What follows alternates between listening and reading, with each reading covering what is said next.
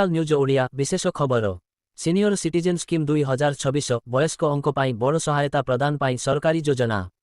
नमस्कार, आपण देखुछंती coastal news Odia.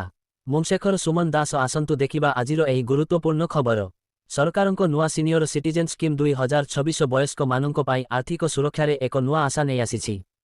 एही योजनारे अधिकतम निवेश सीमा को व्यावहारिक भावरे धरा जाइछि, जहा फलरे भिन्न भिन्न आय वर्गर वयस्क नागरिक माने एहार लाभ उठाई पारिबे। एहा सहित आकस्मिक आवश्यकता पाई आंशिक निकासी पार्शियल विथड्रयाल रो व्यवस्था मध्य रखा जाइछि, जेपरिकी चिकित्सा खर्च, आपत्कालीन परिस्थिति, घरोई आवश्यकता। एमिति समयरे एही योजना वयस्क व्यक्ति मानंकु आर्थिक सहायता देबो। सामाजिक सम्मान और आत्मनिर्भरतारे नुआ पदक्षेप। सीनियर सिटीजन स्कीम 2026 केवल एक आर्थिक योजना नुहे, एहा वयस्क मानंकर सामाजिक सम्मान और आत्मनिर्भरता बढ़ाइबारे मध्य साहाय्य करिबो। नुआ नियम अनुसारे वयस्क व्यक्ति माने निज निष्पत्ति निजे नेबार स्वाधीनता पाइबे।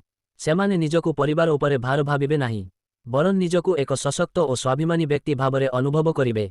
एही योजना सहित जड़ित सचेतनता कार्यक्रम माध्यमरे वयस्क मानंकु निज अधिकार, लाभ और विकल्प विषयरे सठिक तथ्य मिलिबो। भविष्यत पाई आश्वासन। समग्र भावे देखिले एही आर्थिक सुरक्षा व्यवस्था वयस्क मानंक पाई उद्दिष्ट भविष्यत प्रति आश्वस्त करुछि, मानसिक चाप और दुचिंता कमाइबारे साहाय्य करुछि। एमिति गुरुत्वपूर्ण खबर पाई कोस्टाल न्यूज ओडिया को सब्सक्राइब करंतु। लाइक, शेयर, कमेंट करी आपणक मतामत जणांतु। जय जगन्नाथ।